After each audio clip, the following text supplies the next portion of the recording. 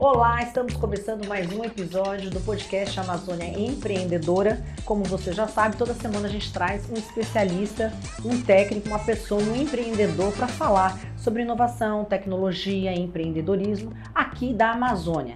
Nós estamos aqui no Jornal do Comércio, na sede do Centenário Jornal do Comércio, uma parceria que a gente faz para poder trazer para você, levar até você os cases, as histórias empreendedoras de tudo que acontece aqui na Amazônia, principalmente aqui no Amazonas. E hoje eu tenho a grata alegria de trazer um amigo meu, que eu considero um amigo, apesar da gente não ter uma grande convivência, porque hoje em dia a vida é muito corrida, mas é uma pessoa que eu admiro muito, eu conheço ele já há alguns anos, acho que desde 2018, e fico muito feliz, quero agradecer muito a participação dele, que é o Felipe Lobo. Ele que é gamer, ele é produtor CEO e produtor e desenvolvedor de negócios da Flamseed Productions, que é uma empresa de produção de jogos digitais com serviços para acessibilidade em jogos digitais, e vai falar um pouco pra gente do mundo gamer aqui da Amazônia, vai trazer aqui reflexões, vamos trazer críticas também, vamos falar do que está sendo feito e do que precisa ser feito. Olá, Felipe, seja bem-vindo aqui. Muito obrigada por participar aqui do Amazônia Empreendedor. Eu sei que a moeda mais cara que a gente tem hoje é o tempo, então eu te agradeço muito pela sua participação hoje aqui com a gente. Cris, obrigado. Já a intimidade, né, Cristina? Claro, me chama de Cris, obrigado, fica à vontade. Te agradeço. É muito satisfatório e me aquece muito o coração ser convidado por uma amiga que conheceu meu trabalho e minha luta antes da pandemia e lembrou de mim também no pós-pandemia, então te agradeço muito pelo convite, espero estar à altura do seu programa hoje aqui. Inclusive, Felipe, a gente conversou na época da pandemia, que eu escrevi o livro, né, Amazônia Empreendedora, e eu trouxe o seu case para o livro e me sensibilizou muito a tua história. Eu quero que você conte um pouco assim do início da sua história, da tua infância, você fala um pouco, eu quero fazer esse resgate do livro aqui, para o pessoal também que acompanha o podcast, conhecer um pouco sobre o Felipe. Então, basicamente o Felipe, ele é um cara que nasceu lá no São José 2, viveu ali aqueles anos 90 no São José, enfim, todas as questões, os bônus e os ônus de se morar na Zona Leste, tenho um orgulho muito grande daquela região. E quando eu ganhei um Super Nintendo da minha madrinha, que morava na Petrópolis, era um pouco mais abastada que a minha família, eu vi que atrás estava produzido no polo industrial, né? Eu falei, então dá para trabalhar com jogo no Amazonas. Então foi dali. Sério? Mas que idade você tinha mais ou menos? Eu devia ter uns 7 anos, mais ou menos. Nossa, 7 para 8. E aquilo te despertou? Foi porque assim, todo mundo em casa trabalhava. Eu praticamente passava o dia sozinho com a minha tia, que era quase uma irmã, 5 anos mais velha que eu. Então, nossa vida era assistir passo a repassa, estudar, voltar para casa e jogar. Jogava muito, aprendi muito a jogar com a minha tia, tia Karina. E então ali foi quando deu o estalo. Então, como a família era o tempo todo trabalho, professor, advogado, enfim, trabalhando com seguro e tudo mais, apesar da gente viver onde a gente vivia, o trabalho sempre fez parte do meu vocabulário, né? Então, só que aí com o tempo eu fui vendo que não era assim tão fácil. Se eu fosse trabalhar com jogos, aí já com uns 12 anos talvez, eu ia trabalhar o quê? No distrito, montando o console, né? Sem demérito nenhum, eu trabalhei no distrito também, respeito muito essa galera que movimenta a nossa economia, mas não seria criando o jogo. Então eu não iria desenhar o meu personagem, desenhar meu jogo, programar. Então ali foi quando cortei esse sonho, e aí trabalhei em várias outras frentes, Secretaria de Justiça e Direitos Humanos, Educação e Qualidade do Ensino, Meio Ambiente e Desenvolvimento Sustentável, Centro Estadual de Mudanças Climáticas, o extinto Centro Estadual de Mudanças Climáticas, o CECLIMA, Fundação Amazônia Sustentável, né? Então, você passou lá também? Passei, acho que 5 anos na FAES, trabalhando como designer gráfico. Foi minha faculdade de design, eu brinco. Que eu entrei lá, eu estava me formando em administração e passei os 5 anos trabalhando na prática com design gráfico. Então eu vivia dentro de gráfica, enfim. Peguei aquele comecinho ali das mídias sociais. Aí foi quando eu saí da FAES para empreender na Flamseed. Eu já tinha o CNPJ desde 2013. Foi você que começou a sua startup? Foi. Eu já tinha o CNPJ desde 2013, mas eu fui para cima com tudo mesmo quando eu saí da FAES ali por volta de 2016, 2017. E eu fui para o Impact Hub, que foi onde a gente se conheceu, né? Sim. Então foram os 2 anos muito legais, muito legais. Aquela época foi maravilhosa. Trabalhava com o Gabriel, com o Renan, com a galera do Hub, conheci você e outras pessoas incríveis ali dentro. Mas veio a pandemia, né? Então a gente mudou tudo. Como é que foi para você? Cara, Foi uma loucura. Profissionalmente, assim, falando de negócios. Foi difícil porque... Enfim. Você não trabalhava em outro lugar, nesse momento você estava só na startup? Nesse momento eu estava só na startup. Na startup que era mais um estúdio de design mesmo, para fazer design para a galera. A parte de startup da Flame era a parte de jogos que não era tão madura, né? Então, os jogos que a gente tentou fazer na Flame, que foi a época da entrevista lá, enfim, que quando a gente teve o nosso primeiro contato ali, a gente ainda está com aquele projeto, só que naquela época, eu e meu time, nós não tínhamos experiência nenhuma na indústria. E quando a pandemia veio, lógico, não tinha como a gente se segurar ou se manter, então cada um seguiu o seu caminho. Foi até engraçado a nossa separação, graças a Deus foi engraçado, não foi trágica. E aí, beleza, veio a pandemia, a vida mudou, muitos clientes sumiram, alguns continuaram, meus fornecedores... também estavam passando as suas dores, os seus lutos, as suas dificuldades. Todo mundo, né? A pessoa que me ensinou a trabalhar com gráfica, na época da minha pseudo-graduação na FAES, que era a Alessandra,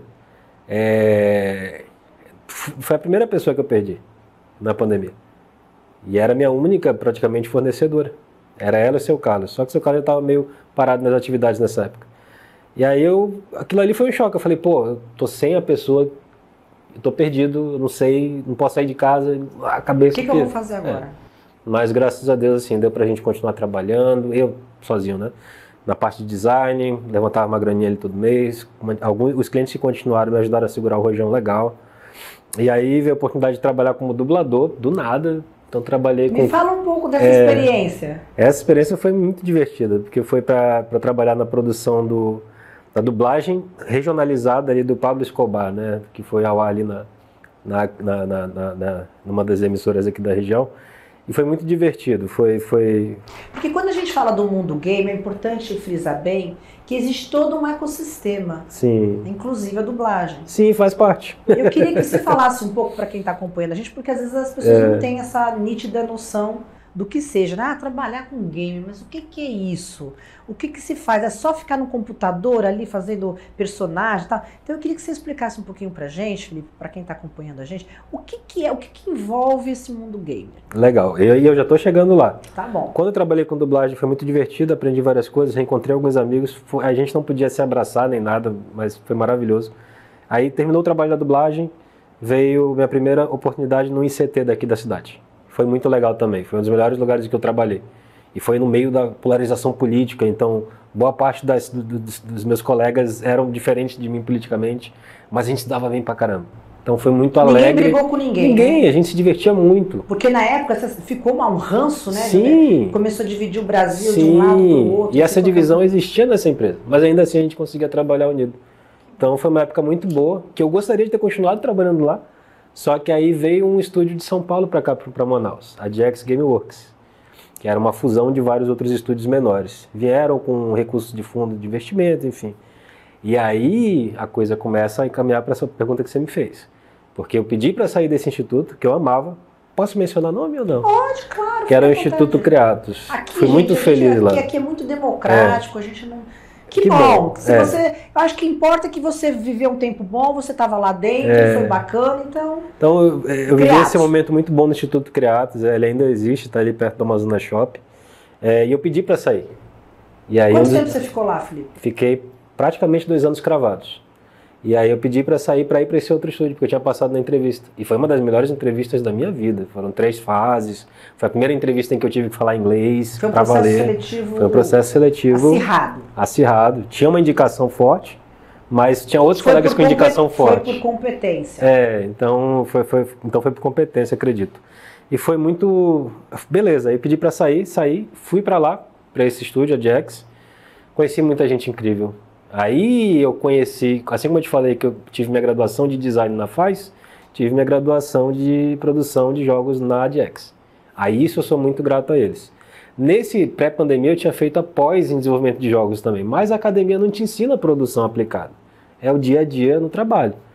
Então atuei como produtor de um time que girava ali em torno das 20 a 40 pessoas, 20 fixas mais ou menos, em média, 20, 25.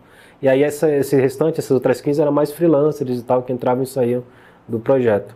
E era um projeto ambicioso, um projeto multijogador, online, que misturava Mario Kart com Fall Guys, que são jogos mais de brincadeira.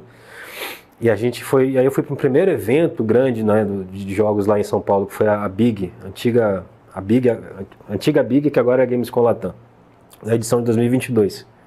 Foi tanta descoberta que eu vou tentar correr para a gente economizar o tempo. Outra hora eu te conto.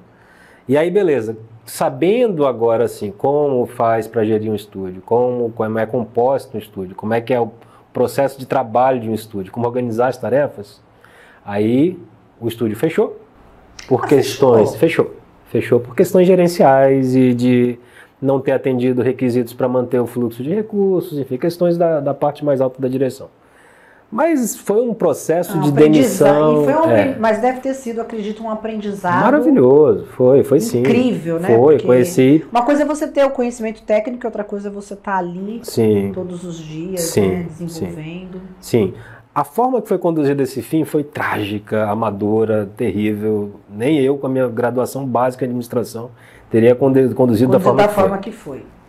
Mas também deixa um aprendizado do que não é para ser feito. Exatamente. Né? Eu acho que a gente sempre aprende, sabe, Felipe? Ou como conduzir certo, olha, realmente é um exemplo positivo, ou mesmo quando é um exemplo negativo também do que não fazer, do que não ser feito. Então você já aprendeu o que não é para ser feito. É sempre olhar com aquela visão do copo meio cheio, né? O que eu aprendi daqui? Exatamente. E aí eu saí de lá, beleza, essa parte foi chata, mas saí muito grato à aprendizagem que eu tive, as pessoas que eu conheci. Quanto tempo você ficou lá? Acho que foi 1 ano e 9 meses, mais precisamente. E aí, e também, um dos nossos principais parceiros hoje, que é a Able Gamers, que é a maior ONG do mundo com relação à acessibilidade em jogos, ela tem seus capítulos nos países, né? E aí tem a Able Gamers Brasil. Então, eu conheci eles graças a essa viagem que eu fiz pela Jax, entendeu? Então foi um contato importante também. Sim, e assim, eu boto na conta da Jax também essas coisas legais. Claro. Mas saí de lá, todo mundo ali que saiu também, falei, cara, já tinha fechado a Flame City na época da pandemia, a porrada foi tão grande que eu fechei o CNPJ, que eu me orgulhava. Quem é empreendedor sabe o orgulho que você tem. Eu tenho o meu também desde 2018, eu sei como que é importante, pois né? Exatamente. É como se fosse uma pessoinha, né? Uma figura ali, né? É o que vai te levar a alcançar, então, uma parte de você. E aí eu fechei durante a pandemia e reabri, depois que teve esse layoff, o primeiro layoff que eu vi acontecer na minha frente, demissão em massa, o jacaré que a gente fala aqui, né? Quando o jacaré passou na Jax, eu abri outro CNPJ, mesmo nome, Flame Seed, sócio único, limitada, bora pra cima.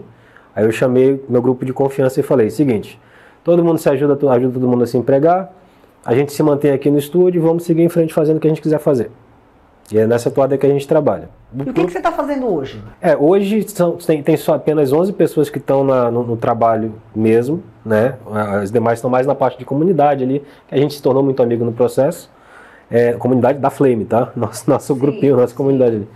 Então... Mas estão com projetos, estão rodando projetos? Sim, a gente está concluindo o nosso primeiro jogo para ser lançado agora em setembro, que é o Crisálida. E aí a gente está concluindo também, o outro a gente está em desenvolvimento, que é aquela visão que você viu antes da pandemia, que é o jogo da Dana, do Snakeborn, só que agora já tem várias artes conceituais, já tem música, já tem um Game Design Document, que é o documento de design do jogo. Foi essa visão de propriedade intelectual que levou a gente até a Gamescom Latam esse ano, para apresentar o nosso pitch numa competição, então, uma competição nacional. Então, a gente está desenvolvendo a nossa propriedade intelectual aqui de um lado, devagarzinho, todo mundo voluntariado ali, eu à frente da empresa, né? Só quem tem dedicação total sou eu mesmo, mas a galera está se ajudando. E aí aqui a gente está botando mais trabalho mesmo, que é no Crisálida, que é o primeiro jogo que vai sair agora, no final do ano. Eu queria que você falasse um pouco, vou te interromper, porque eu acho importante que você não é apenas um empreendedor, um empresário, você se preocupa com a comunidade. E eu queria que você falasse um pouco, primeiro, como é que você vê o cenário de jogos digitais aqui no Amazonas, que eu acho que tem uma potencialidade incrível, né? A gente já conversou sobre isso em outras ocasiões. E como que você vê a comunidade em si. Aí você me pega, mas vamos lá. Eu gosto, obrigado por isso. A provocação. Provocação, tipo o Abu Jambra da TV Cultura, isso. Provocações. Eu ainda vou chegar lá naquele nível, mas a gente vai aprender. Eu achei legal, vamos lá. Com certeza. Eu acredito que aquele lobo que você conversou lá atrás mudou muito de lá pra cá. Porque a gente vê muita coisa, né? E eu diria que a gente já tem bons representantes aqui. A gente já tem muita gente séria fazendo trabalho bom. Amadureceu também nesse período todo, né? Você tem o Olímpio Neto na Petit Fabrique, isso já dispensa qualquer... Agora ele está tendo mais abertura, finalmente, né? Trabalhando aí teve que se validar muito, né? A galera não foi fácil também chegar até não foi. Eu acompanho a carreira deles. Por mais que tivesse trabalhado ali com o DreamWorks, com o pessoal da França, da Ladybug ali, mais recentemente com a Nickelodeon, agora é que ele está sendo visto, né? Quantos anos? Esses anos todos, né? Exatamente. Então eu me inspiro muito nele por essa postura discreta, né? Eu aceito os convites dos amigos como você, por exemplo, para falar, porque eu entendo, bom, essa pessoa quer escutar, eu vou lá, vou falar porque é importante para ela e eu vou ter prazer em dar isso. E são amigos, né? Mas eu me inspiro muito nessa postura low profile dele, sabe? E eu acho que o bom empreendedor, ele tem muito essa postura. E a gente tem colegas que eu admiro muito aqui na região fazendo trabalho muito bom e não barulhento. Então... Quem está trabalhando mesmo, né, Felipe? Não tem tempo também. O cara tá focado no objetivo dele, né? E isso é algo que eu só vim aprender agora. Então, porque eu acho que você, particularmente, você é um cara que sempre puxou muito para você a questão da comunidade, né? Eu sempre senti muito isso, até porque a gente é amigo de LinkedIn, te acompanho também no LinkedIn. Quantos inbox eu não já mandei para ti, né? Exato, então, você tá sempre tentando trazer a galera, você tá sempre... Quer dizer, por isso que eu te falei, né, comentei agora há pouco, que você não é só um empreendedor, mas eu sinto que você quer fortalecer uma comunidade, você quer ter uma associação, você quer fazer com que essa questão de jogos digitais cresça. É o meu sentimento, tá? Eu posso estar até incorreta no meu ponto de vista, mas pelo que eu te conheço, pelo que eu acompanho, é o que eu sinto e o que eu vejo. Sim, na época que a gente se conheceu lá no Hub, teve a Override, que foi um evento organizado pelo pessoal da Ludic. A Ludic era minha referência, ainda é uma das referências, que era um estúdio que nasceu aqui no Amazonas também. Fizeram até jogo pra Netflix, pô. E assim, aquele evento ali, aquela energia ali, eu nunca mais vi. Ah, mas teve tantos eventos aqui, ali, nunca mais vi. Eu senti de novo aquela energia do Override no Amazon Game Zone, que foi conduzido pelo Olímpio também ali, com a galera ali do Paulo. Nunca mais senti. O que eu acho que falta, e aí é engraçado, porque as pessoas que estavam expondo nesses dois eventos também carregavam muito essa energia que eu estou te falando. O que eu acho que falta é uma lembrança do que é fundamental. E o fundamental é o trabalho, é a entrega, é a humildade, honestidade e responsabilidade. Eu acho que a galera tem que beber da fonte desses princípios para poder fazer a gente retomar o caminho dessa energia, que na minha visão é correta para a comunidade, sabe? Mas a gente tem pessoas muito legais fazendo trabalhos muito bons. E como é que você vê esse panorama de jogos aqui no Amazonas daqui para frente? Eu vejo que a gente já está com a faca e o queijo na mão. Olha, isso é importante. Há muito tempo. Quando se começou a discutir matriz econômica sustentável, há 10 anos atrás, a gente já tinha economia criativa bombando. Então, não tem muito mistério. Eu acho que a gente precisa imediatamente de uma linha para jogos digitais, para a indústria de jogos digitais, que fatura mais que o cinema e a música, dentro do programa prioritário. Economia criativa não é brincadeira, e aí eu respondendo a tua pergunta de verdade agora. Quando você muda a vida de alguém, o Olímpio fala isso, na indústria de jogos você muda a vida da família e da comunidade. E a indústria de jogos está pronta para receber pessoas escritoras, pessoas que programam, pessoas que desenham, pessoas que cantam, pessoas que dublam, pessoas que imaginam, não precisa nem ter ferramenta ou conhecimento, mas consegue imaginar. Criatividade. Eu acho que a gente tem um petróleo que está aqui dentro, nosso patrimônio material é um petróleo a ser explorado, e a gente ainda está fazendo isso. A gente está voltando para aquela pergunta lá do começo, qual é o entorno? Quer dizer, tem todo um entorno que envolve o mundo game, dos jogos, da economia criativa, do tanto que se pode faturar, do tanto que se pode ganhar, do tanto que se pode beneficiar a comunidade, né? Eu acho que é um segmento que tem muito a crescer. Muito a crescer. E eu fico muito grata de saber, Felipe, que você, de uma certa forma, está conduzindo isso dentro das suas possibilidades, dos seus conhecimentos, e tá gerando negócios, encontros. Inclusive você teve também com o pessoal do Acre há pouco tempo, Eu queria que você falasse brevemente, a gente está indo para o final, mas eu queria que você falasse Isso foi uma oportunidade que nos foi concedida pelo próprio Olímpio Neto com o pessoal do Instituto GameCon de Brasília. Né? Eles fizeram rebranding recentemente para ficar RedScon o nome, para não ter confusão com a Gamescom. E assim, essa oportunidade que nos foi confiada foi justamente de conectar com a galera do Acre. E eles têm um ecossistema muito bonito lá. Eles também têm uma energia muito legal, são super promissores. A gente conduziu um tempo atrás também uma continuidade dessa ação do Acre e a galera evoluiu muito, por mérito próprio. Então acho que a gente está no caminho de fortalecer os SEBRAES da região norte, sabe? Esses polos dentro de cada estado do norte também. Eu ia te perguntar, vocês têm também conexão com os outros? Estão buscando. A estratégia é essa. Uma das estratégias é essa. Não sei como vai se desenrolar, porque eu não estou na liderança do Instituto, mas eu estou torcendo para que dê muito certo e que a gente consiga cada vez mais colaborar no fortalecimento de comunidades que já existem e têm seu próprio poder. Né? Então acho que é bem por aí mesmo. E é importante a gente ter uma coisa em mente. E essa é a mensagem que eu queria deixar para reflexão. Quando a gente fala da indústria de games, tem que ter muito cuidado. Não misture esportes com produção de jogos digitais. Não misture tudo que tem a ver com jogos com a produção. Quando a gente fala da produção, a gente está falando de um processo produtivo definido, de empregabilidade, de geração de renda e arrecadação. São coisas bem diferentes. Então, o que eu defendo é a produção de jogos digitais, tá, Cris? Maravilha. Felipe, eu quero agradecer muito. Infelizmente, o nosso tempo é pouco. Eu acho que é um assunto que daria para explorar muito mais. Quem sabe mais adiante você vem aqui para falar com a gente, trazer mais novidades do mercado. Eu espero que essas iniciativas, elas tomem corpo e elas sejam realmente mais na prática do que na teoria, né? E que isso fortaleça de alguma forma aí o segmento que você atua já há tantos anos com tanta batalha. Eu quero agradecer mais uma vez a tua presença, viu, o teu tempo, e a gente vai chegando ao final. Se você quiser deixar alguma consideração, fica à vontade. Sim, tem uma coisinha só que eu acho que eu deixei pendente. Eu sempre tive esse espírito, e é por isso que eu falei da Ludic, porque eu cheguei a visitar eles durante a tarde para tomar café e anotar no papel. Eles lembram, o Joel, a galera da Ludic, ele lembra, o Lui, o Matheus, eles lembram que eu fui uma tarde na casa deles. E a gente rabiscou, quem são os principais pontos focais da comunidade, como é que a gente vai fazer, como é que a gente vai formalizar, não sei o quê. E assim, o fato é que hoje eu me afastei, por opção própria. Das discussões políticas, das discussões até de própria formatação da associação local. Mas não por não acreditar. Eu acredito que a gente tem representantes muito bons, a gente tem uma galera muito engajada que tem total capacidade de fazer acontecer. Só que eu preciso escolher minhas batalhas para performar com o meu melhor.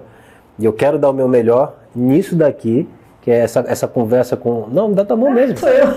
Nessa conversa tete a tete, nessas conversas tete a tete, nesses serviços, nessas soluções que a gente leva para parceiros, que geram valor para mais pessoas com mais impacto. Está priorizando, né? E o meu negócio. A Flame precisa fazer jogo. Tem colegas nossos aqui que brincam. O Lobo disse que é diretor de estúdio, mas nunca lançou um jogo. Nunca lancei, mas espera a gente começar a lançar. Mas está trabalhando para isso, está batalhando muitos anos para isso. Exatamente. Né, e assim, eu quero focar na Flame, principalmente na minha família. Sabe? É o mais importante, né?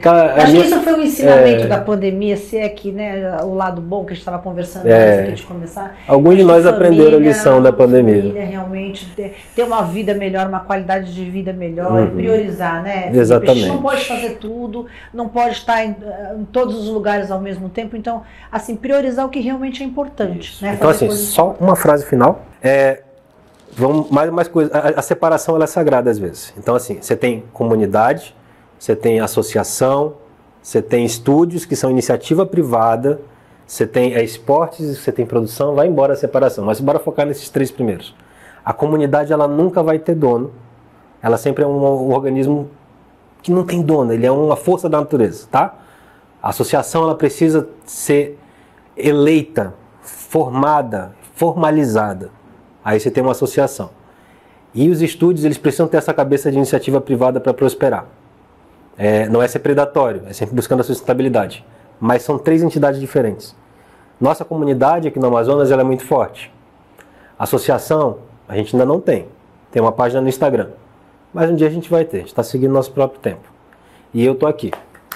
Eu preciso estar aqui de corpo e alma, porque se eu não estiver aqui, eu não consigo refletir positivamente para essa galera.